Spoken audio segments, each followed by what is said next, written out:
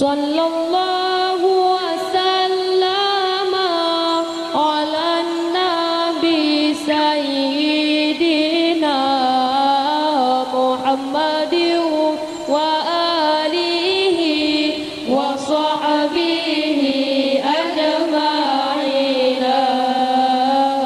Sallallahu wasallam ala nabi sayyidina Muhammadin wa alihi wa sahbihi ajma'in.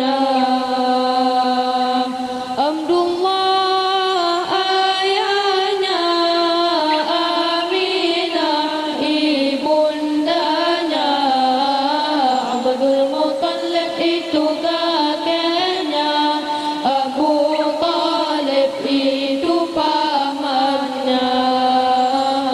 Sallallahu wasallam ala nabi sayyidina Muhammadin wa alihi wa sahbihi ajma'in. Sallallahu wasallam ala nabi sayyidina Muhammadin wa alihi wa sahbihi ajma'in.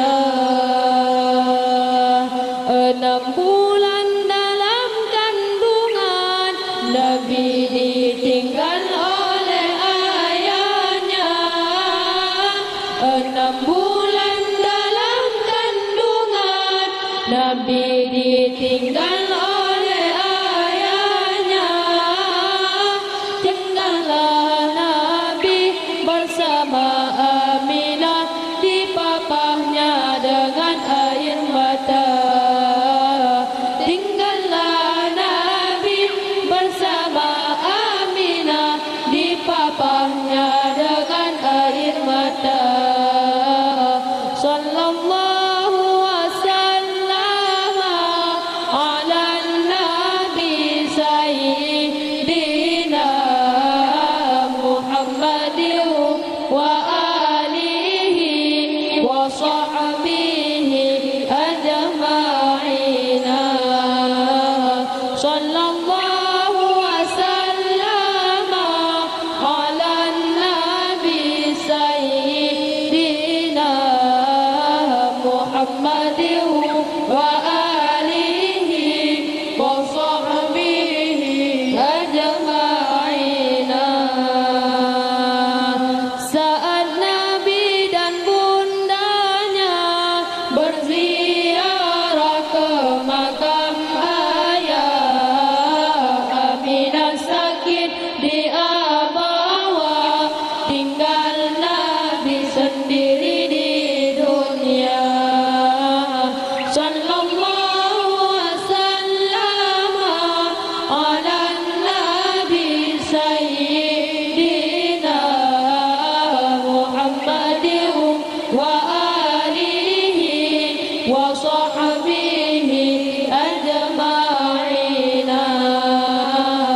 Sallallahu wasallam ala nabi sayyidina Muhammadin wa alihi wa sahbihi ajma'in. Hidup tanpa orang tua, tapi akhlaknya sangat mulia. Hidup tanpa orang tua, tapi akhlaknya sangat mulia. Contoh tauladan semua insan, jujur, amanah dan terpercaya. Contoh tauladan semua insan,